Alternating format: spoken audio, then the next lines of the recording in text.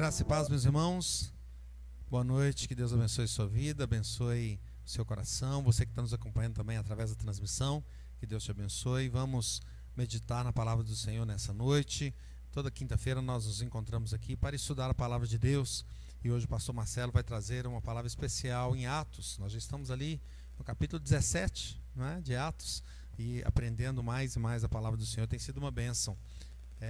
Vamos fazer isso nessa noite, vamos orar, vamos clamar a Deus, vamos louvar também com os nossos irmãos, louvando a Deus, porque só Ele é digno de toda adoração e todo louvor. Vamos começar orando então.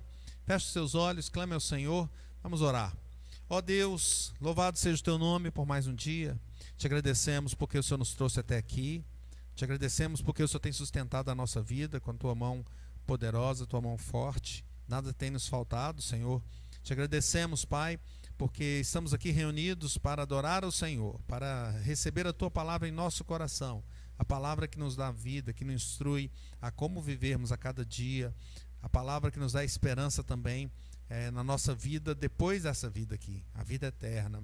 Ó Deus, fala conosco, receba, Senhor, os nossos louvores que serão feitos aqui. Vamos cantar ao Senhor, louvar ao Senhor, e também ouça as nossas orações, os nossos pedidos, pois só o Senhor é que pode nos transformar. Clamamos pela tua presença aqui, clamamos para que teu Espírito Santo guie os nossos passos, guie cada momento desse culto, e que, Senhor, seja uma bênção.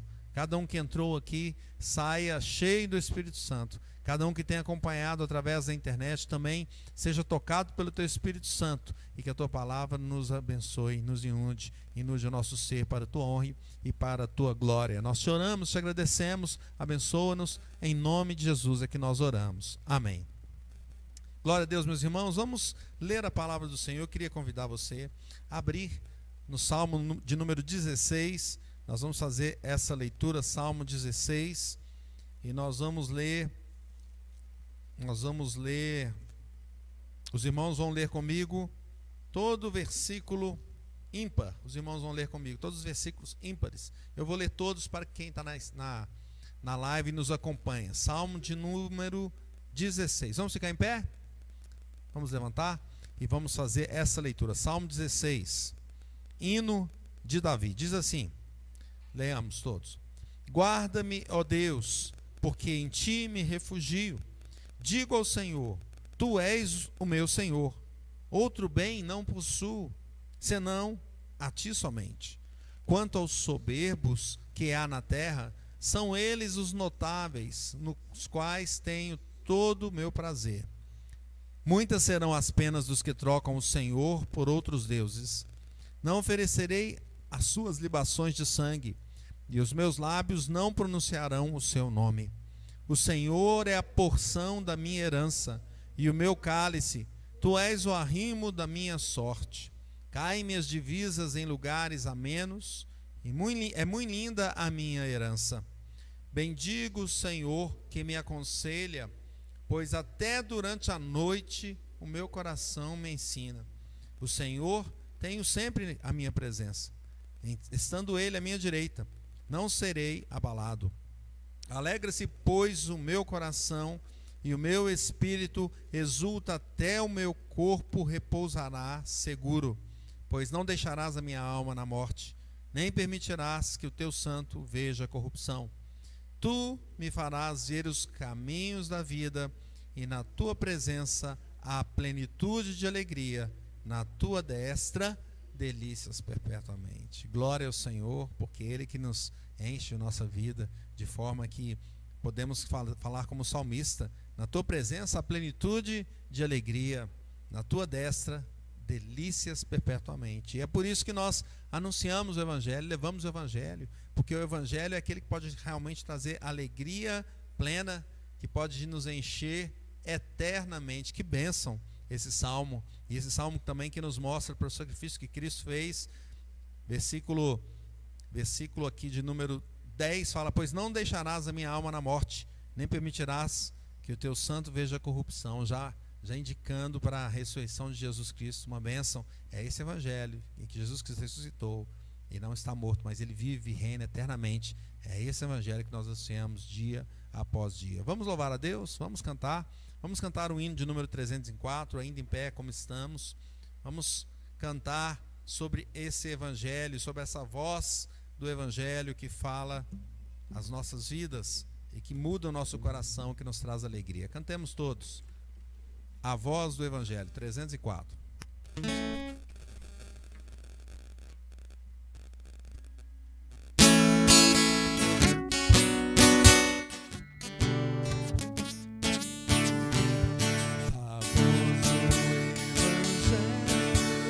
Se fez ouvir aqui, publicando em som alegre o que Deus já fez por ti. Lançando ao mundo amor e ao perdido pecador, que do céu lhe deu seu Filho para ser seu Redentor. Santa paz e perdão é a nova lá do céu. Santa paz e perdão, bendito nosso Deus. A voz do evangelho, segurança, vida e paz. É o amor de Jesus Cristo que o perdão de Deus nos traz. As novas sim nos dão de haver um Salvador, poderoso e muito bondoso, que perdoa o pecador. Santa paz e perdão é a nova lá do céu. Santa paz e perdão, bendito nosso Deus. A voz do evangelho vem a todos avisar do perigo grande e grave para quem se descuidar. Salvai-vos desde já, não vos detenhais no mal, cobiçando seus prazeres, pois vos pode ser fatal. Santa paz e perdão é a nova lá do céu. Santa paz e perdão, bendito nosso Deus. Glória a Deus. Bênção. Podemos assentar.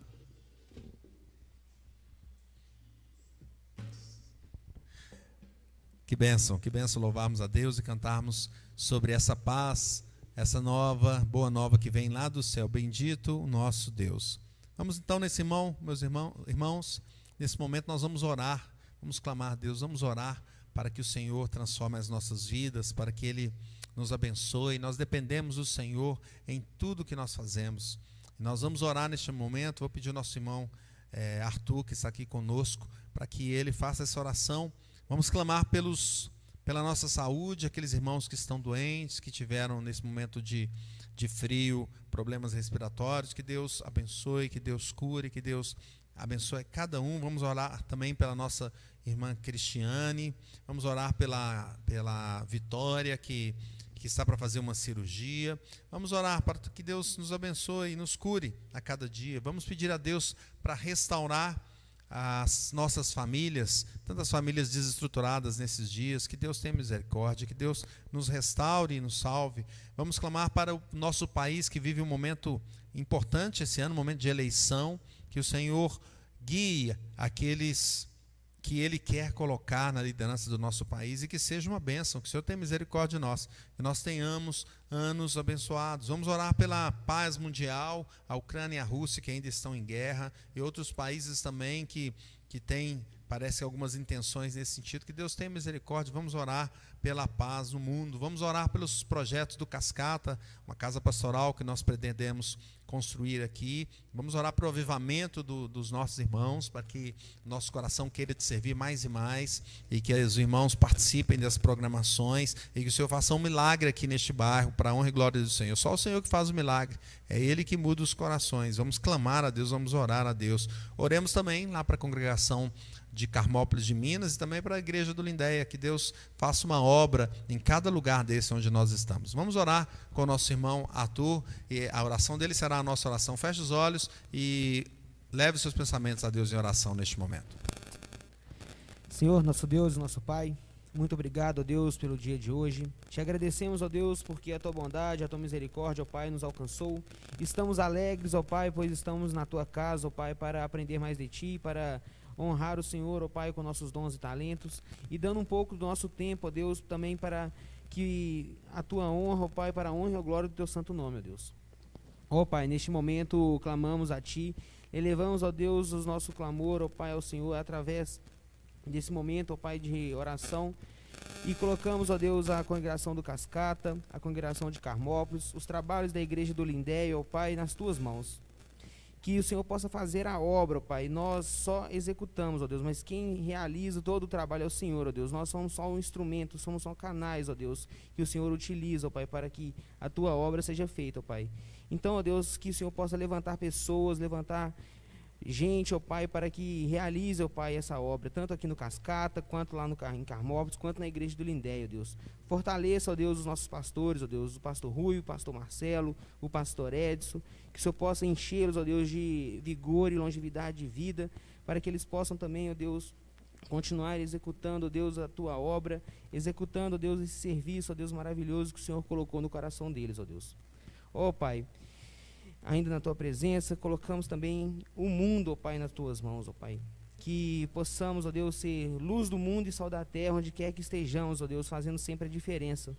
Ó Deus, tantos países, ó Pai, em guerra, e neste momento, ó Deus, em especial, colocamos a Ucrânia, ó Pai, e a Rússia, ó Pai, em nossos pensamentos, para que o Senhor possa, ó Deus, realizar ali a paz, ó Pai, naquele local. O Senhor é um Deus de paz, um Deus de amor, e o Senhor realiza, ó Pai, conforme o seu querer, conforme o seu tempo, ó Deus. Para a gente, ó Pai, muitas vezes queremos para ontem, mas tudo tem um propósito debaixo, ó Pai, da tua graça, ó Pai. Então, ó Deus, que isso, ó Deus, seja para a honra e glória do teu santo nome, que a tua palavra, ó Deus, que vidas possam ser rendidas a ti através de tudo isso que está acontecendo no mundo, ó Pai. Então, ó Deus, clamamos a ti, mas que pedimos também, ó Deus, que cesse essa guerra. Não deixe, ó Deus, mais pessoas inocentes morrerem, ó Pai, por causa da ganância do homem, ó Deus. Então, te clamamos a ti, ó Deus, tenha misericórdia de nós, ó Pai. Ó Deus, tantas pessoas também, ó Pai, ao nosso redor têm sofrido, ó Pai, devido às crises respiratórias, por causa da gripe, por causa do vírus da Covid. Que o Senhor também possa ter misericórdia de nós e fazer sanar, ó Pai, e cessar essa virose, sanar esse vírus, ó Deus, que as pessoas possam parar de sofrer, ó Pai, por causa disso. Ó Deus, tenha misericórdia de nossas vidas, entregamos as nossas vidas em tuas mãos, pois é o Senhor quem cuida de nós, ó Deus. Que o Senhor possa realizar, ó Pai, a cura para aqueles que ainda estão sofrendo por causa disso, e clamamos a ti, ó Deus, tenha misericórdia de nós, proteja nossas vidas, guarde a nossa saúde, para que possamos, ó Deus, estar sempre dispostos, ó Deus, a realizar aquilo que o Senhor colocou em nosso coração. É com perdão dos nossos pecados que te oro e te agradeço. Amém. Amém. Glória a Deus, meus irmãos, agradeço a Deus pela oportunidade de estar aqui, e você também, você que é visitante, que tem nos acompanhado sempre, você que é membro da igreja, que Deus te abençoe grandemente, saúde da sua casa, veio aqui nessa noite de frio, e que o Senhor fale ao teu coração, você que está nos acompanhando através da live, que seja uma bênção para a sua vida, e que você compartilhe as nossas mensagens, os nossos cultos e os nossos estudos com outras pessoas. Compartilhe o link e se inscreva no nosso canal, para que cada dia mais e mais você seja abençoado e também outras pessoas sejam abençoadas através dessa ferramenta que nós temos, que é a internet hoje em dia. Nossas programações na igreja, toda quinta-feira nós nos encontramos aqui para estudar a palavra de Deus, e nós estamos estudando aqui com os adultos o livro de Atos, já estamos no capítulo 17, e hoje o pastor Marcelo vai trazer esse estudo para os adultos, e os adolescentes estão ali seguindo com a Vilma na série Redenção, e tem sido também uma caminhada boa e agradável aprender sobre a história bíblica como um todo. A Vilma está fazendo um grande panorama, né? Nessa classe de redenção com os adolescentes. Se você é adolescente, essa classe a gente não transmite, então venha participar conosco aqui no Cascata, e que Deus abençoe a sua vida e avive o teu coração, e nos abençoe, que nós saímos aqui instruídos para a honra e glória do Senhor. Nós também nos encontramos no domingo é o dia do Senhor, às 19 horas, e fazemos aqui, participamos do culto a Deus e louvamos ao Senhor. Neste domingo teremos aqui o nosso irmão Diácono Robson trazendo a mensagem, e que Deus abençoe a vida dele e todos que estiverem participando aqui conosco. E também nós queria avisar que nós vamos fazer uma mudança com relação à reunião de oração. A reunião de oração nós estávamos fazendo todo sábado, 19 horas aqui. Então nós vamos agora voltar para o dia que nós encontramos, que é terça-feira. Toda terça-feira, e nós vamos fazer, não aqui no templo, mas vamos fazer na casa, né, na casa, de casa em casa, assim como diz Atos, aprendendo aqui com o pastor Marcelo. Vamos retomar esses encontros nas casas. Então na próxima terça-feira, faremos na casa do nosso irmão Samuel e da Fernanda, terça-feira às 19h30. Então você está convidado a participar dessa reunião de oração toda terça-feira, e também abrir o seu lar. Se você quiser que a gente vá no seu lar fazer essa reunião, fique à vontade. Nós iremos de casa em casa. Esse primeiro na casa do Samuel, no próximo ainda ninguém se posicionou, ninguém falou nada, até porque eu estou avisando hoje, né? Mas pode me procurar, pode nos dizer, que nós vamos fazer essas reuniões de casa em casa, e que Deus nos abençoe, e que essa retomada dos encontros nos lares seja uma bênção. Ali você pode chamar um vizinho, chamar um colega, e também as pessoas ao lado ouvem, né? Enquanto a gente está falando, cantando, e as pessoas são ali abençoadas pela voz do Evangelho. Que Deus nos abençoe a nossa congregação neste momento. E eu queria também chamá-lo para louvar a Deus agora, a cantar ao Senhor, aquele que é o Senhor de nossa vida, Senhor de toda a terra. E nós vamos cantar aqui com os nossos irmãos que prepararam, que ensaiaram umas canções para que a gente louve a Deus, louvar ao Senhor, que é o nosso Senhor. Nós não temos outro bem, como nós lemos aqui no Salmo 16, não temos outro bem. O Senhor é a porção da nossa herança. Ele é o arrimo da nossa sorte. Você quer sorte? Alguns jogam na loteria para ter sorte, né? Agora então tem essas internets aí você pode apostar o jogo, não sei o quê, e o negócio, e as pessoas acham que a sorte está ali. O Salmo diz: o Senhor é o arrimo da nossa sorte. Vamos louvar então a Deus com os nossos irmãos. Vamos ficar em pé e vamos cantar.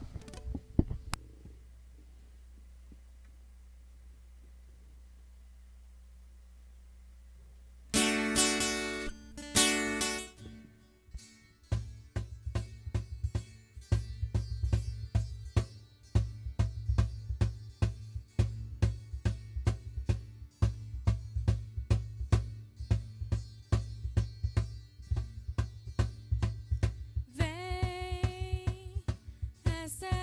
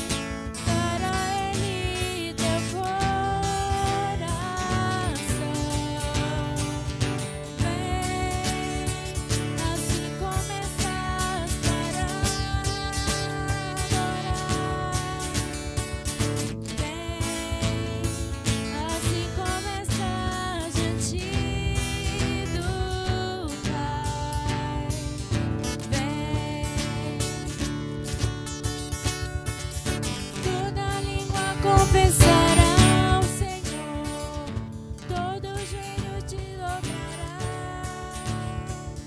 Mas aquele que o Senhor escolher, o tesouro maior terá. Toda língua confessará o Senhor, todo joelho se dobrará. Mas aquele que o Senhor escolher, o tesouro maior terá. Vem, assim como estás, vem para adorar, vem.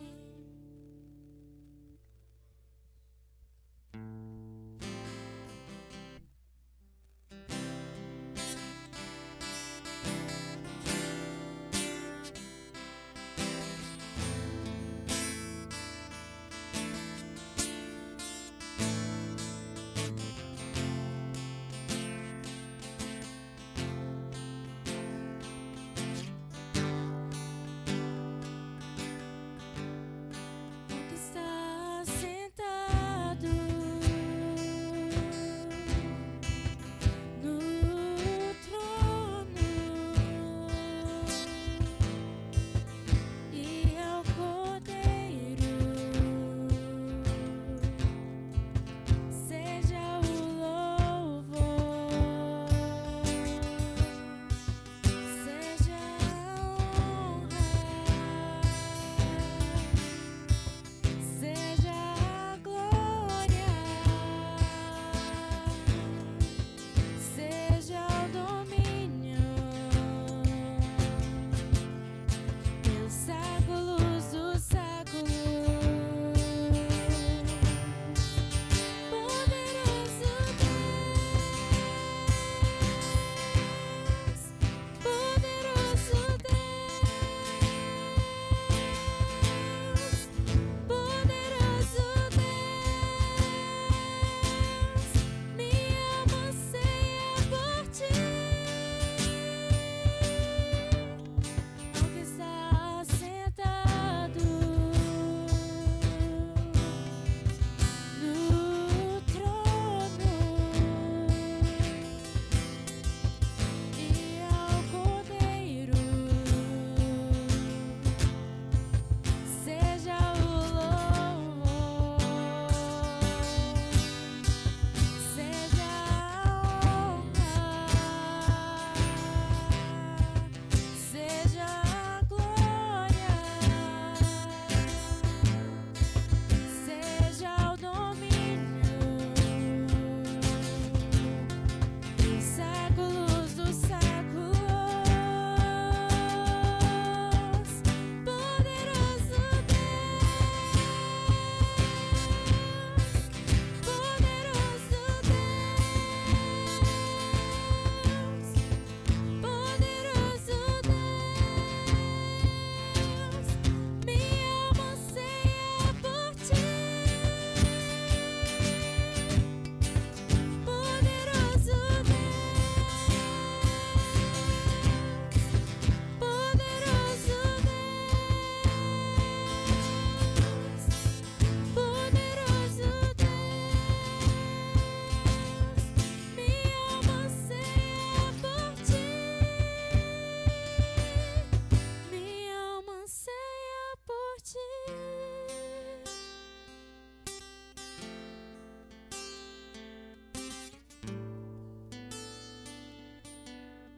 Minha alma anseia por ti.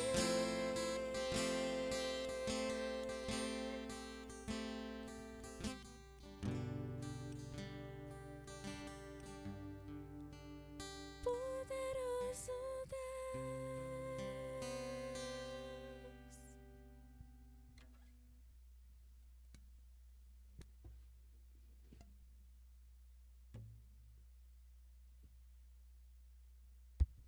Meus irmãos, podemos sentar.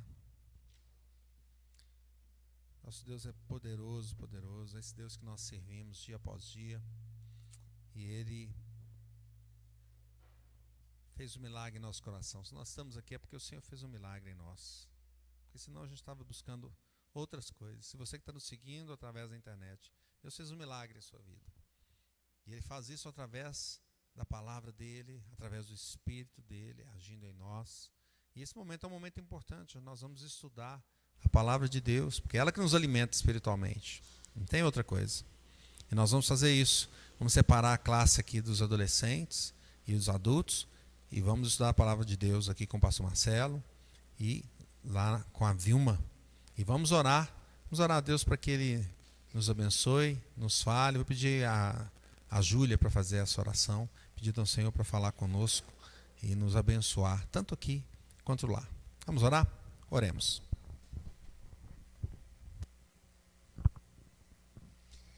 Senhor, muito obrigado por esse momento. Pai, muito obrigado porque o Senhor nos trouxe aqui.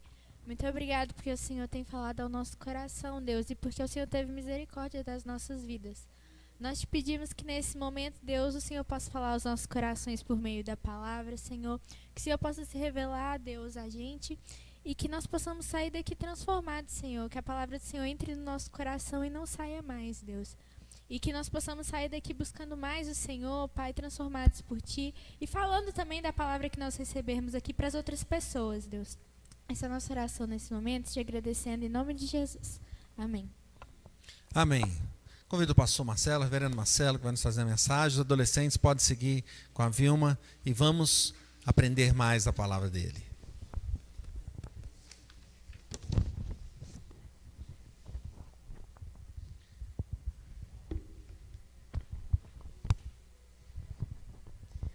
Irmãos, graça e paz, que bom que você veio para adorar o Senhor, que bom ver os irmãos aqui nesse templo com o coração aberto, né, para receber a palavra do Senhor. Hoje nós estaremos expondo Atos 17, de 1 a 15, iremos falar sobre transtornando o mundo e que Deus possa nos abençoar rica e poderosamente. Semana passada o pastor Rui falou Atos capítulo 16, do verso 16 até o 40, falando sobre aquela jovem adivinhadora que foi liberta, falou também do carcereiro, da conversão dele, e quando Paulo diz, crê no Senhor Jesus e será salvo tu e a tua casa, e falou do avanço do reino de Deus ali em Filipos. E agora Paulo está aqui, né, caminhando para estas duas cidades de Tessalônica e Bereia. É o texto que nós estaremos lendo, né? E você que está em casa também acompanhando, a nossa irmã Águida participando conosco, já estamos saudades de vocês, também o Marcelo, o Guilherme, também a nossa irmã Aninha, que Deus abençoe vocês aí em Montes Claros. Vamos abrir a palavra do Senhor em Atos capítulo 17, de 1 a 15. E como os irmãos vão ficar mais tempo assentados depois da pregação, convido vocês a se colocar em pé mais uma vez, convido você a acompanhar, abra sua Bíblia e abra com atenção, acompanhe a leitura com atenção aqui, Atos 17, de 1 a 15. Nós queremos agradecer a Deus pela Tamires, vai ganhar uma menina, né? Helena, o nome, que Deus abençoe a Tamires, também a vida do nosso irmão Arthur, o casal, né? Que está todo feliz, né? Com a chegada aí de uma menina. Então vamos ler esse texto, todos juntos. Tendo passado por Anfípolis e Apolônia, chegaram a Tessalônica, onde havia uma sinagoga de judeus. Paulo, segundo seu costume, foi procurá-los, e por 3 sábados arrazoou com eles acerca das Escrituras, expondo e demonstrando ter sido necessário que o Cristo padecesse e ressurgisse dentre os mortos, e este dizia ele, é o Cristo Jesus que eu vos anuncio. Alguns deles foram persuadidos e unidos a Paulo e Silas, bem como numerosa multidão de gregos piedosos e muitas distintas mulheres. Os judeus, porém, movidos de inveja, trazendo consigo alguns homens maus dentre a malandragem, ajuntando a turba, alvoroçaram a cidade e, assaltando a casa de Jason, procuravam trazê-los para o meio do povo. Porém, não os encontrando, arrastaram a Jaso e alguns irmãos perante as autoridades, clamando: estes que têm transtornado o mundo chegaram também aqui, os quais Jaso hospedou. Todos estes procedem contra os decretos de César, afirmando-se Jesus outro rei. Tanto a multidão como as autoridades ficaram agitadas ao ouvir estas palavras. Contudo, soltaram Jaso e os mais, após terem recebido deles a fiança estipulada. E logo durante a noite, os irmãos enviaram Paulo e Silas para Bereia. Ali, chegados, dirigiram-se à sinagoga dos judeus. Ora, estes de Bereia foram mais nobres que os de Tessalônica, pois receberam a palavra com toda avidez, examinando as Escrituras todos os dias para ver se as coisas eram de fato assim. Com isso, muitos deles creram, mulheres gregas de alta posição e não poucos homens. Mas, logo que os judeus de Tessalônica souberam que a palavra de Deus era anunciada por Paulo também em Bereia, foram lá excitar e perturbar o povo. Então, os irmãos promoveram sem detença a partida de Paulo para os lados do mar, porém Silas e Timóteo continuaram ali. Os responsáveis por Paulo levaram-no até Atenas e regressaram trazendo ordem a Silas e Timóteo para que o mais depressa possível fosse ter com ele. Vamos repetir o versículo 6 todos juntos? Porém, não os encontrando, arrastaram Jason e alguns irmãos perante as autoridades, clamando: estes que têm transtornado o mundo chegaram também aqui. Transtornando o mundo. Oremos. Pai querido, fale conosco por meio da Tua palavra, que a Tua palavra possa encontrar guarida em nossos corações, que o Senhor esteja abençoando os irmãos que estão em casa, acompanhando a transmissão, que o Senhor esteja tocando o coração deles, os irmãos que estão aqui no templo, Senhor, ouvindo a Tua palavra, pessoalmente, que o Senhor esteja edificando as nossas vidas, que a Tua palavra possa tocar profundamente nas nossas vidas e despertar os nossos corações para melhor Te servir, em nome de Jesus. Amém. Podeis assentar, meus irmãos. O inquérito das fake news é chamado o inquérito do fim do mundo, porque o juiz do STF figura como vítima, como juiz, como promotor e como delegado. E as opiniões das pessoas contra esses juízes deus do STF são chamadas de atos antidemocráticos. De igual forma, Paulo e sua equipe de missionários foram chamados também de revolucionários. Quem sabe provocando atos antidemocráticos. Tem transtornado o mundo. Esses que têm transtornado o mundo chegaram também aqui. E uma vez que eles foram acusados de transtornar o mundo daquele tempo, de serem perturbadores da ordem, de serem perturbadores da paz pública, e eles eram missionários de Deus. No entanto, esses missionários de Deus, na verdade, eles estavam transformando o mundo com o Evangelho de Cristo. Essa era a missão dele, transformar o mundo. É aqui que Paulo chegou a dizer para os romanos: eu não me envergonho do Evangelho, porque o Evangelho é o poder de Deus para a salvação de todo aquele que crê, primeiro do judeu, também do grego, visto que a justiça de Deus se revela no Evangelho, de fé em fé, e como está escrito, o justo viverá pela fé. E a primeira coisa que nós podemos ver aqui é a chegada em Tessalônica. Em Filipos, Paulo e Silas foram maltratados e ultrajados, ficaram presos no tronco, foram açoitados com vergões nas costas por causa do Evangelho. No entanto, receberam a força do Senhor para continuar a sua missão. E a viagem de Filipos a Tessalônica era uma jornada de 160 quilômetros, pela via chamada Ignácia. E alguns pensam que eles fizeram esse trajeto a cavalo, uma vez que estavam tratando dos ferimentos causados pelo espancamento que haviam sofrido em Filipos. Então, alguns pensam que eles tiveram esse meio, de locomoção naquele tempo no lombo de um animal. Entretanto, meus irmãos, eles passaram por Anfípolis e Apolônia. Vocês podem ver o mapa aqui.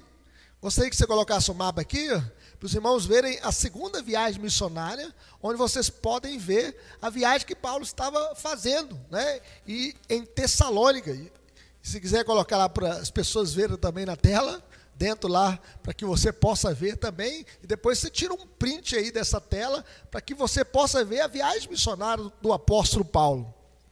E aqui nós podemos ver que Anfípolis estava distante de Filipos 48 quilômetros. Então Paulo seguiu nesse trajeto. Naquele tempo não tinha carro, não tinha trem, né, não tinha avião, e ele fazia isso a pé ou a cavalo. E a Polônia estava situada a 43 quilômetros a sudoeste de Anfípolis. Então Paulo foi seguindo, né, esse caminho, e a missão dele, o plano dele é chegar em Tessalônica, porque Tessalônica era a capital da Acaia. Então eles passaram por essa cidade só para descansar e pernoitar. No entanto, o seu destino era Tessalônica, a capital da província da Macedônia. Ou melhor, da Macedônia. Eu falei Acaia é a capital ali, é Corinto. Então, nós podemos ver que Tessalônica, nesse mapa que vocês estão vendo aí, é uma cidade portuária e um forte centro econômico a 65 quilômetros de distância de Apolônia, onde havia uma sinagoga de judeus. E assim Paulo, segundo o seu costume, foi procurá-los e por 3 sábados consecutivos pregou o evangelho naquele lugar. A Bíblia que Paulo tinha naquele tempo era o Antigo Testamento. Era de Gênesis até Malaquias apenas. Ele tinha a Torá, né? Ele tinha os escritos, né? E ele tinha os salmos. Então ele lia esses livros na sinagoga e pregava, e mostrava, e apontava para Cristo. E aqui nós podemos tirar algumas lições. A igreja de Tessalônica se tornou um modelo para todos os crentes na Macedônia e Acaia. Vejam bem que Paulo escreveu 2 cartas para essa igreja.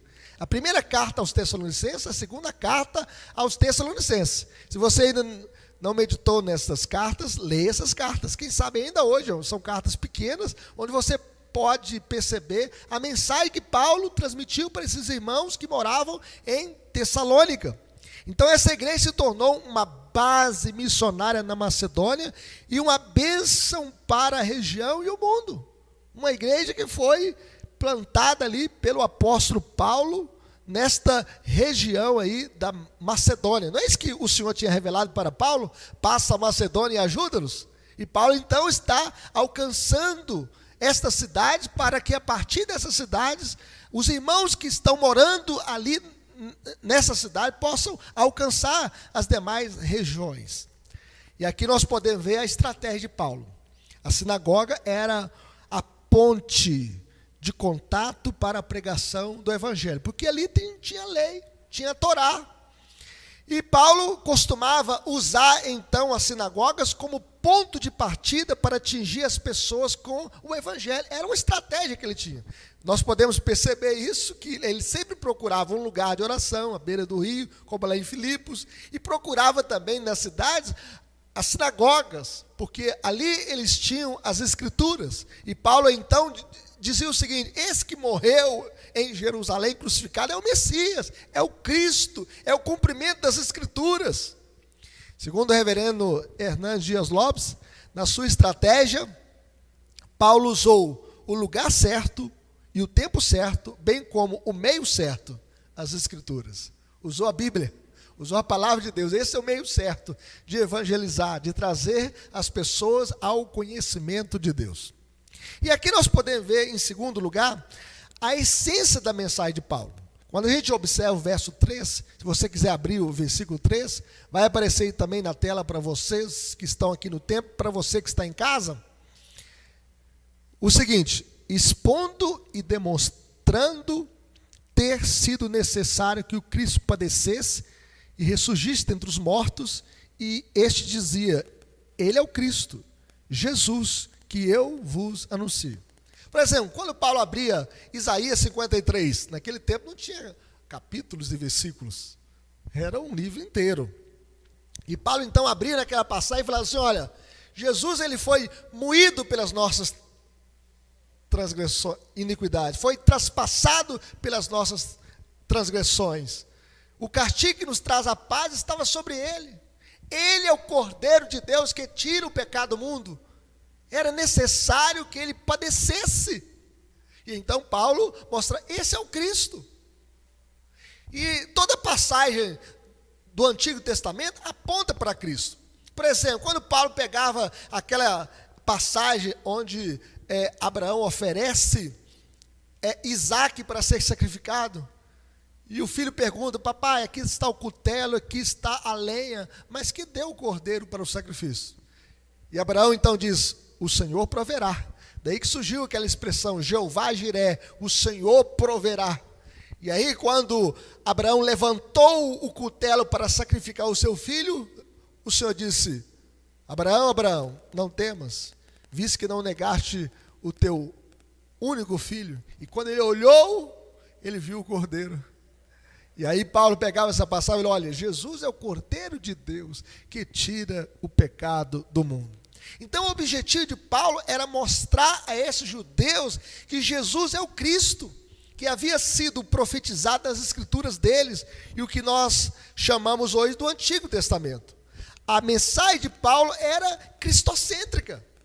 Por exemplo, se você ler o Antigo Testamento e apenas tirar uma mensagem de moralismo, né, ou de algum ensinamento de valor social, mas não apontar para Cristo, não faz diferença nenhuma, porque os filósofos também fazem isso. Aristóteles fez isso, Platão fez isso, Sócrates fez isso, ensinando virtudes, mas nós devemos apresentar o Evangelho, porque a mensagem cristocêntrica é a seguinte, que Cristo morreu pelos nossos pecados, e que não tem outro sacrifício para purificar a alma humana, só o sangue de Jesus nos purifica de todo o pecado, e que esse que morreu ressuscitou, nenhum outro ressuscitou. Abraão não ressuscitou, Moisés não ressuscitou, o único que ressuscitou foi Cristo. Por exemplo, os grandes fundadores de religiões não ressuscitaram, Buda não ressuscitou, Confúcio não ressuscitou, Allan Kardec não ressuscitou, só Cristo morreu e ressuscitou no terceiro dia. E em sua pregação, Paulo discute 3 fatos. O Cristo tinha que sofrer, ele tinha que ressurgir dos mortos, e ele é o Jesus proclamado pelo apóstolo. Ele tinha que padecer por nós, porque de outra forma não poderia comprar a nossa redenção. O que é redenção? É pagar a pena, a culpa que nós merecíamos. Alguém deveria morrer. E ele tinha que ressuscitar, porque senão ele não poderia aplicar em nós a remissão de pecados. Ele tinha que ressurgir, e Cristo venceu a morte. Se Cristo não tivesse ressurgido, não haveria realmente a concretização da obra sacrificial de Cristo. E ele dizia, ele é o Cristo, o Messias, o ungido de Deus, Jesus, que eu vos anuncio. Cristo quer dizer ungido. E Jesus foi ungido como rei, como profeta e como sacerdote. E Cristo é o coração da Bíblia. Em outras palavras, meus irmãos, Paulo buscou provar aos judeus que o Jesus histórico deveria ser identificado com o Cristo das Escrituras. Aquele que Jesus morreu em Jerusalém é o Cristo das Escrituras, é o cumprimento da Bíblia, é o cumprimento das profecias, é o cumprimento das promessas. Mas em quarto lugar, nós podemos ver o resultado da pregação de Paulo. O verso 4 fala assim, alguns deles foram persuadidos e unidos a Paulo e Silas, bem como numerosa multidão de gregos, piedosos e muitas distintas mulheres. Veja que no ministério de Jesus, Jesus tinha apóstolos, mas tinha mulheres também, mulheres que estavam servindo com os seus bens, que estavam servindo com os seus dons, com os seus talentos. E aqui também Paulo alcançou alguns judeus para Cristo, mas também distintas mulheres. E aqui nós temos várias mulheres aqui no culto, né, desta noite, servindo a Deus. Que Deus abençoe vocês, que vocês foram alcançados pela graça de Cristo. E aí o texto nos mostra aqui para nós o seguinte, que, em outras palavras, eles se uniram aos crentes em comunhão com Deus e com a igreja. Eles passaram a seguir aos apóstolos, a doutrina dos apóstolos, porque a doutrina dos apóstolos era a doutrina de Cristo. E além dos judeus, se converteram numerosa multidão de gregos piedosos e muitas mulheres distintas. Em apenas 3 semanas. 3 semanas apenas, pastor Rui. Ouvimos falar de uma numerosa multidão convertida. Pessoas se converteram, uma multidão de pessoas aqui. Né, Tânia? Aqui em Ibirité, aqui em Cascata, pessoas se agregando ao Senhor, pessoas buscando a Deus, pessoas tendo comunhão com Cristo. E Paulo, escrevendo aos crentes de Tessalônica, é por isso que eu gostaria que vocês pudessem ler essa carta aos Tessalonicenses, afirma que eles se converteram dos ídolos ao Deus vivo. Eles eram idólatras, adoravam outros deuses. Pois eles mesmos, no tocante a nós, proclamam que repercussão teve o nosso ingresso no vosso meio, e como deixando os ídolos, vos convertestes a Deus para servirdes o Deus vivo e verdadeiro. Abandonaram os ídolos. Quando eles leram lá, por exemplo, não terás outros deuses diante de mim, não farás para ti imagem de escultura, nem semelhança em cima no céu, nem embaixo na terra, nem nas águas debaixo da terra, não as adorarás, nem lhes dará culto, porque eu sou o Senhor teu Deus, Deus zeloso, que visita a iniquidade dos pais e dos filhos, até a 3ª e 4ª geração daqueles que me aborrecem, e faço misericórdia até 1000 gerações daqueles que me amam e guardam os meus mandamentos. Deixaram os seus ídolos. Os ídolos de barro, de gesso, de madeira, de pedra, deixaram os seus ídolos.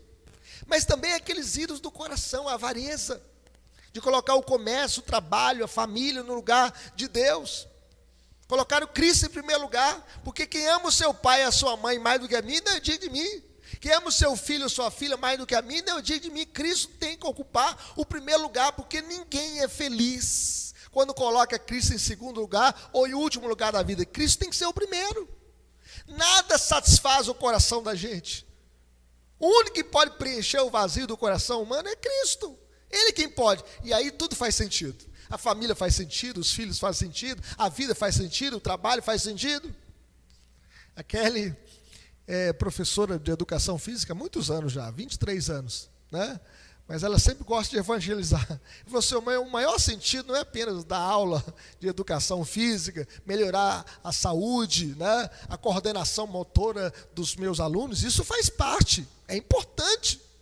Mas mais importante eu falar de Jesus aqui para os meus alunos. Porque muitos deles estão nas drogas. Muitos deles são usados para o tráfico de drogas. E nós devemos ser a bênção de Deus para alcançar jovens, adolescentes, crianças para Cristo. Quantas crianças são usadas, né, para traficar? Na nossa sociedade caída, neste mundo caído. E nós devemos evangelizar, nós devemos falar de Jesus, porque Ele que muda a vida da gente.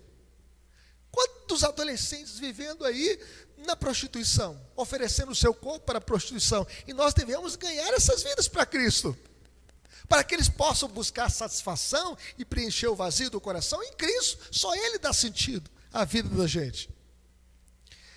Mas em quinto lugar, nós podemos ver a inveja e a raiva por causa do Evangelho. Veja bem que quando o Evangelho chega no lugar, tem oposição, tem luta, tem batalha espiritual. Veja bem que os judeus, porém, movidos de inveja, trazendo consigo alguns homens maus dentre a malandragem, ajuntando a turba, alvoroçaram a cidade, assaltando a casa de Jason, procuravam trazê-los para o meio do povo. Veja bem, pessoas usadas pelo inimigo, usadas pelo diabo. Os judeus incrédulos aqui movidos de inveja, em razão do número de convertidos. Muitas pessoas ali convertidas, mulheres distintas, judeus convertidos, muitos gregos piedosos, e com muita raiva no coração contratam homens maus dentre a malandragem. Tem malandro em todo tempo, né? 2000 anos atrás, a malandragem. E também tem malandro hoje, né? Ou seja, os desocupados que andavam ociosamente por todos os lugares com o fim de tirar vantagem dos tumultos. Com pessoas más, pessoas dispostas a matar. Pessoas contratadas como se fossem pessoas pistoleiras para dar fim na vida de outros. E esses homens agitaram a cidade, invadiram a casa de Jason, olha, um crente convertido, não respeitando a liberdade religiosa, a liberdade de expressão, e entraram na casa deste homem. O lar é um ambiente sagrado, eles entraram na casa dele e procuravam trazê-los para o meio do povo, quem sabe para serem linchados, arrastados. E um pastor que foi pregar em Peçanha, muitos anos atrás, pregar na praça, ele foi arrastado, rasgaram o paletó dele, e o apedrejaram, e só não morreu porque Deus o guardou. Mas quantos morreram por causa da fé? E aqui nós podemos ver que Jason, provavelmente o homem que hospedou a Paulo, bem como transformou a sua casa numa igreja lá. Ele abriu as portas da sua casa para oração. Hoje o pastor Rui falou aqui a respeito dos grupos de oração, né? Vai começar lá na casa dos nossos irmãos, né? Na próxima terça-feira, né? Até conversei aqui com a Tânia também, para abrir as portas da casa para oração. Que bênção poder abrir a nossa casa para ser uma igrejinha do Senhor, onde Deus possa salvar outras vidas. No entanto, meus irmãos, eles não encontraram os missionários, eles queriam destruir a equipe missionária, e principalmente o apóstolo Paulo. Só que o plano deles falhou, e por esta razão eles arrastaram Jason e alguns irmãos perante as autoridades. E Paulo escreve essa tribulação sofrida pela igreja. Veja a atenção de Paulo. Paulo chega a mencionar essa tribulação. Ele fala assim: com efeito, vos tornastes imitadores nossos e do Senhor, tendo recebido a palavra, posto que em meio de muita tribulação, com alegria do Espírito Santo. Paulo relata esse episódio. Fala que esses irmãos receberam a palavra com muita tribulação. E esses irmãos estavam dispostos a se expor e ajudar os apóstolos a resistir à tempestade, bem como a morrer por causa da fé em Cristo. Será que hoje os cristãos estão dispostos a morrer por causa da fé? Se houver uma perseguição sangrenta no Brasil contra a fé cristã, contra a igreja, será que nós estamos dispostos a morrer pela fé cristã? Jesus fala assim: se alguém vier após mim, esse mesmo se negue, tome a sua cruz e siga-me. Será que nós estamos dispostos a morrer pela fé? Esses homens estavam, para que eles pudessem ganhar outras vidas. Não tem felicidade fora de Cristo. Mas mesmo diante da opressão, diante da oposição, diante dos embates, eles não negaram a fé. Acusação contra os missionários. Os reais perturbadores da cidade acusaram os missionários, veja bem, de atos antidemocráticos, de revolucionários, de perturbadores da paz, da ordem na cidade. Primeiro, de subversivo, de perturbadores. Esses que têm transtornado o mundo chegaram também aqui. Eles estavam anunciando o quê? O evangelho da paz. Mas o evangelho da paz, para esses judeus incrédulos e para os moradores daquela cidade tessalônica, era uma perturbação da paz. A pregação não era paz para eles, mas era uma perturbação. E eles foram acusados de elementos perigosos e indignos de permanecer na cidade. O que eles falaram? Olha, esse missionário tem que sair daqui. São perturbadores. Já pensou? Você vai numa cidade pregar o evangelho com todo o amor para alcançar vidas, mostrando, olha, o único remédio para salvar o pecador é Jesus. E aí você é escorraçado da cidade e chamado de subversivo, de perturbador, estão transtornando o mundo. Segundo, de traição, uma vez que afirmavam ser Jesus outro rei. Eles estavam sendo acusados, esses são traidores. Todos esses procedem contra os decretos de César, afirmando ser Jesus outro rei. Porque o lema era: César é o Senhor. O povo deveria dizer: César é o Senhor. E isso prevalecia por todo o Império Romano. Todo cidadão romano, todo morador ali em Tessalônica, e todo o Império Romano, todos os cidadãos romanos deveriam dizer: César é o Senhor. Sabe o que os apóstolos falavam? Cristo é o Senhor. Era uma mensagem subversiva. Era uma mensagem perturbadora. Era uma mensagem de traição na concepção e na cosmovisão deles. No entanto, a igreja seguia firme proclamando: Cristo é o Senhor. E por esta razão, os missionários foram acusados de fomentar uma rebelião contra Roma. No entanto, o reino de Deus, meus irmãos, não é deste mundo. Jesus é rei, mas não é o rei deste mundo. Não um rival de César. Pois ele disse: dai a César o que é de César e a Deus o que é de Deus. Não é isso que Jesus falou? Ele não quer destronar os reis de suas prerrogativas. Cada rei pode cumprir a sua função administrativa, o prefeito administrando a cidade, o governador administrando o estado, o presidente administrando o Brasil. Ele não quer assentar num trono físico, mas reinar no trono dos nossos corações. Jesus é o nosso rei, Cristo é o nosso rei, porque ele assenta no melhor trono no coração. Ele quer dominar a nossa vida, o nosso coração. Se o nosso coração não for dominado por Cristo, vai ser dominado por Satanás. Ou Cristo assenta no nosso coração, ou Satanás assenta no seu coração. Não tem meio termo. Ou nós estamos na luz, ou nós estamos nas trevas. Ou nós estamos no reino de Deus, ou nós estamos no reino de Satanás. Não tem meio termo. Ou nós estamos no caminho estreito, ou nós estamos no caminho largo. Ou nós estamos caminhando para o céu, ou nós estamos caminhando a passos largos para o inferno. Não tem meio termo. Ou Jesus é o nosso rei, ou Satanás é o nosso rei. Ou Jesus é Senhor da nossa vida, ou Satanás é o Senhor da nossa vida. Não tem outro. E ele é o Rei dos reis e Senhor dos senhores. E o seu reino é eterno. O reino dos homens passa. Quantos anos um prefeito fica na cadeira? 4 anos. Você não morrer nesse período, né? Aí se for eleito, ele vai mais 4 anos. Não passa disso. Só são 2 mandatos. Diretos, né? Consecutivos. Então, meus irmãos, o reino dos homens é um reino passageiro. Um reino passageiro. Por exemplo, o Império Babilônico passou. O Império Medo-Pérsia passou. O Império Romano caiu. Todos os impérios caíram. Todos os reinos caem. Mas o reino de Cristo permanece em pé para sempre, porque o seu reino é eterno. Ele é o Rei dos reis e Senhor dos senhores. E ele venceu a morte. Ele ressuscitou dentre os mortos.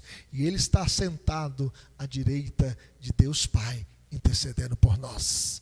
E ele está aqui conosco nesta noite, porque ele diz: eis que estou convosco todos os dias, até a consumação dos séculos. Terceiro, nós podemos observar que Jason foi acusado de cumplicidade, de traição, por ter hospedado os missionários. E falou assim: você é cúmplice, porque você abriu as portas da sua casa para os missionários, os quais Jason hospedou. E o crime de Jason foi receber e hospedar os missionários, ajudando-os e promovendo seus interesses. E os judeus sabem como manipular as autoridades. É igual o Ibope, né? O Ibope, a Datafolha de ontem, manipula o resultado das eleições. Querem sempre manipular. Eles fazem, meus irmãos, agitando a multidão. Seu objetivo é causar confusão entre o povo e convencer os magistrados de que as suas denúncias são sérias. Entretanto, os magistrados da cidade não se deixam persuadir pelo tumulto. Na audiência, né? ou melhor, na ausência dos principais personagens aqui, Paulo e Silas, a acusação pede a sua urgência, pois não existe maiores provas. E os magistrados ouvem as provas, mas não ficam convencidos de que Jason e seus amigos constituem uma ameaça à segurança de Tessalônica. Soltam a Jason e a seus companheiros cristãos, porém, fazem-nos pagar mantivesse tal atitude, ele não poderia voltar ali. E ele se achava impotente diante da situação. Paulo não podia fazer nada a não ser enviar Timóteo para pregar o evangelho e encorajar os crentes em Tessalônica. E aí Paulo vai para onde? Paulo vai para Bereia. Ele não podia estar em Tessalônica mais porque ele foi perseguido e tinha uma fiança. Falou, olha, Paulo não vai poder ficar aqui. E por isso Paulo não pôde ficar em Tessalônica e foi para Bereia. E aí o texto diz que logo durante a noite os irmãos enviaram Paulo e Silas para Bereia, e ali chegados dirigiram-se à sinagoga dos judeus. Foi para onde? Para o ponto de contato. Foi para a sinagoga continuar pregando o evangelho. E aqui nós podemos tirar algumas considerações sobre a missão de Paulo em Bereia. Quando vos perseguir numa cidade, fugir para outra. Não é isso que Jesus disse? Se você for perseguido numa cidade onde você está pregando o evangelho, vá para outra. É o que Jesus disse em Mateus 10, 23. Não por motivo de segurança pessoal, mas por continuação da obra. A obra prossegue, não pode parar. Então a perseguição ao evangelho promoveu o quê? O avanço do evangelho. Eles fugiram de Tessalônica, mas não fugiram do serviço cristão. E em Bereia se dirigiram à sinagoga dos judeus com o fim de quê? De evangelizar, de cumprir a sua missão, de pregar o evangelho. E aqui nós podemos ver a segunda consideração, o bom caráter dos judeus em Bereia. Interessante que lá, o que eles faziam? Paulo estava pregando, eles faziam o seguinte, vamos abrir a Bíblia para ver se Paulo está pregando corretamente. Aí o texto diz que estes judeus de Bereia eram mais nobres, mente mais aberta, mais educados que os de Tessalônica. Eles estavam ali abrindo as escrituras. É interessante, meus irmãos, que a pregação do evangelho, a gente absorve mais quando a gente acompanha a leitura. Tem gente que às vezes fica voando, né? Parece que é igual aquele crente girafa, né? Com o corpo presente, mas a cabeça lá fora. E a gente tem, então, que estar compenetrados na atenção para a gente crescer. E esses crentes de Bereia aqui eram atenciosos. O texto diz que eles receberam a palavra com toda a avidez. O que é avidez? Fome. Fome da palavra, fome de crescer, fome de conhecer. Eles estavam dispostos a ouvir a palavra de Deus. E de ouvi-la com atenção, de acompanhar a exposição bíblica. Segundo, eles examinavam as escrituras todos os dias, para ver se as coisas eram de fato assim. Eles então abriam a Bíblia e estavam ali pesquisando para ver se Paulo estava falando corretamente. E os irmãos, o que tem que ter poder sobre a nossa consciência é a palavra de Deus. É a palavra de Deus que é inspirada pelo Espírito Santo e útil para ensino, para correção, a fim de que o homem de Deus seja perfeito e perfeitamente habilitado para toda boa obra. É a oração sacerdotal de Jesus. Jesus orou assim: Pai, santifica-os na palavra, e a tua palavra é a verdade. Que nós sejamos santificados pela palavra. Então, receber a palavra com avidez, meus irmãos, não significa que eles acreditassem em tudo, aceitando cegamente as coisas. Eles examinavam tudo, liam os textos citados por ele, bem como o seu contexto, para ver se as coisas eram de fato assim. A fé cristã, meus irmãos, não é salto no escuro. A fé cristã é embasada na Bíblia, é embasada nas Escrituras Sagradas. Crer também é pensar, nós devemos pensar, refletir, examinar as coisas, se são de fato assim. Nós devemos examinar, nós devemos entender a palavra do Senhor. É por isso que nós temos a reforma, né, protestante do século XVI, quando Calvino, como também Lutero, né, eles colocaram, os reformadores colocaram só a Escritura, só a Bíblia, a palavra de Deus, só a Escritura. Nós devemos examinar as Escrituras. E terceiro, o resultado excelente da pregação do Evangelho em Bereia. O texto diz que com isso muitos deles creram, mulheres gregas de alta posição, e não poucos homens. Mais uma vez as mulheres aqui, a importância das mulheres na igreja.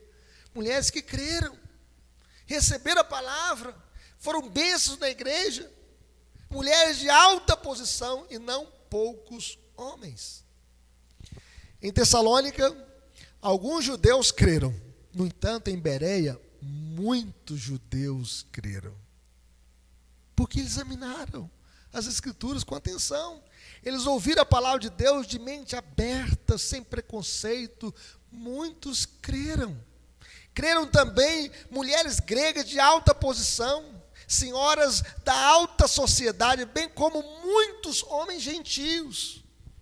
E quarto, a perseguição também houve em Bereia. Em todo lugar tem perseguição. Porque a luz incomoda as trevas.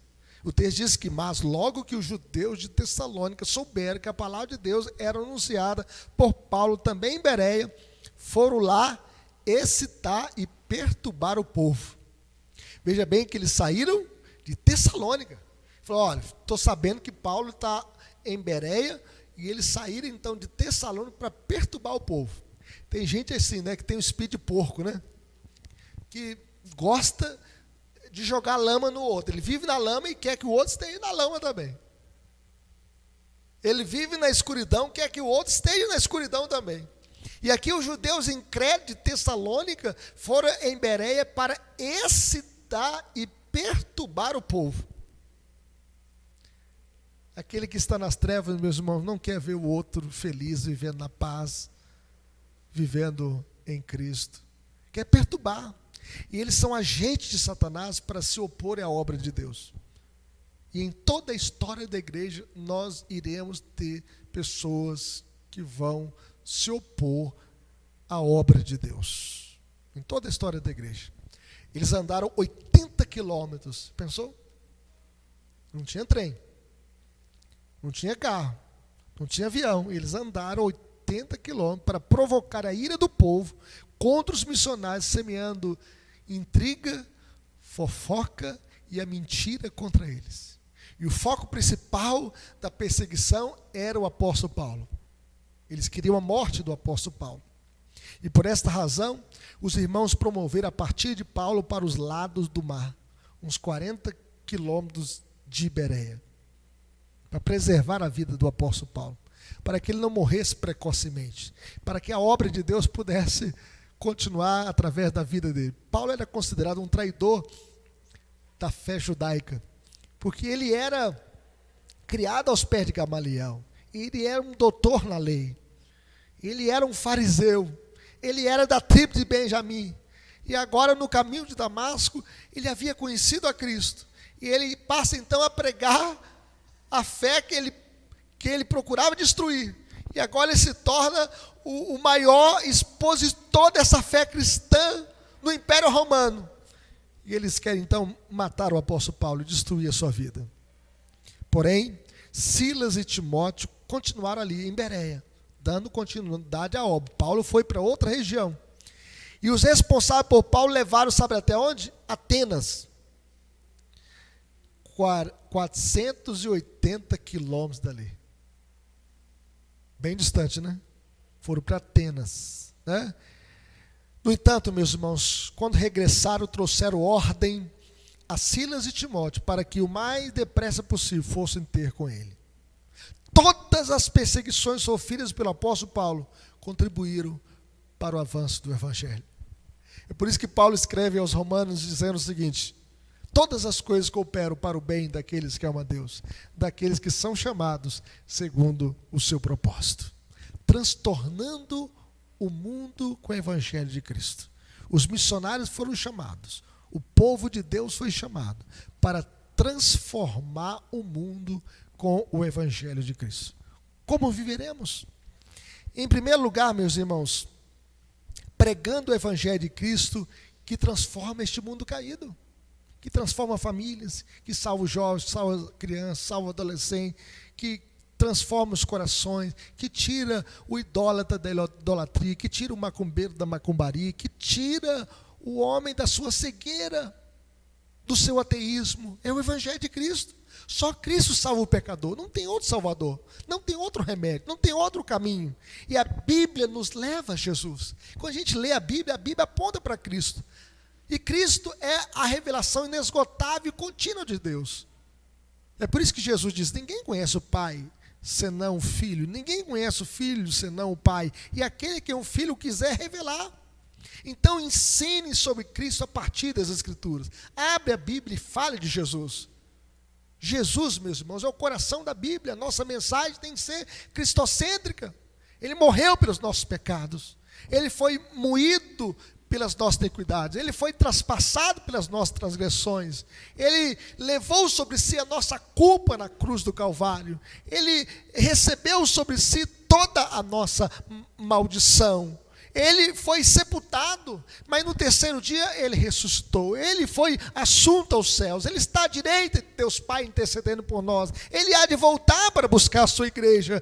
Cristo é o Senhor da igreja, é o Senhor da nossa vida, é o nosso Salvador. Prega o Evangelho. É o Evangelho que muda o pecador. Penitenciário não muda. Tem gente que entra na penitenciária, ladrão de galinha, sai dali um grande pistoleiro, um grande traficante. Não é a penitenciária que muda. A educação também pode ajudar, mas não é a educação. Porque na educação tem um tráfico de droga lá dentro. Se o Evangelho, meus irmãos, não mudar corações, nada muda. Só Cristo pode mudar. Só Cristo pode transformar vidas. Quantas pessoas, às vezes, entraram para a faculdade, sem nenhum vício, saem ali, né, formado, com canudo na mão, mas maconheiro. Mas dependente químico. Mais escravizado.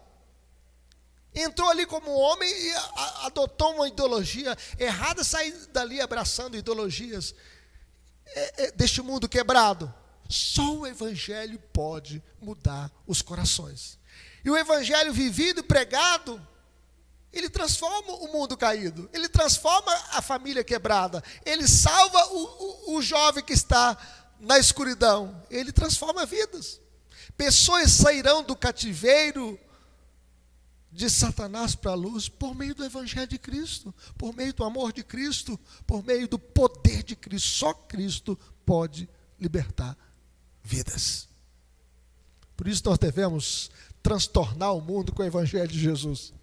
Pregando o Evangelho, nós iremos transformar este mundo. É o que Paulo estava fazendo, levando o Evangelho para as nações, levando o Evangelho para os povos, para que as pessoas pudessem sair da escuridão para a luz, da morte para a vida, do cativeiro de Satanás para as mãos de Deus. Mas em segundo lugar, enfrentando as oposições firmados em Cristo. O Evangelho Jesus nunca prometeu água com açúcar. Jesus prometeu dizendo que o caminho é estreito. Jesus disse: se alguém quer vir após mim, a si mesmo se negue, tome a sua cruz e siga-me. Jesus diz: no mundo passais por aflições, mas tende bom ânimo. Tende bom ânimo. Eu venci o mundo. E Jesus, meus irmãos, ele também sofreu perseguições. Ele veio para o que era seu e os seus não receberam. E ele foi cuspido, ele foi rejeitado, ele foi zombado, ele foi crucificado, ele foi morto, ele foi sepultado. Mas no terceiro dia ele ressuscitou. Ele foi assunto aos céus. E antes de ser assunto aos céus, ele disse para a sua igreja: recebereis poder ao descer sobre vós o Espírito Santo, e sereis minhas testemunhas, tanto em Jerusalém, Judéia, Samaria e até os confins da terra. E que possamos cumprir a nossa missão. Não tenha medo das perseguições. Cristo está conosco. Ele não vai nos abandonar. Ele não vai abandonar o seu povo. Ninguém pode nos separar do amor de Deus. Nem morte, nem vida, nem principados, nem potestades, nem altura, nem profundidade, nem qualquer outra criatura poderá separar-nos do amor de Deus que está em Cristo Jesus, o nosso Senhor. Ninguém pode nos arrancar dos braços de Jesus. Ele diz: eis que estou convosco todos os dias, até a consumação dos séculos. E Jesus está conosco na alegria, na tristeza, na saúde, na doença, na riqueza, na pobreza. Jesus está conosco todos os dias, até a consumação dos séculos. É assim que nós devemos viver a vida, enfrentando as lutas da vida sem medo, porque o Senhor está conosco.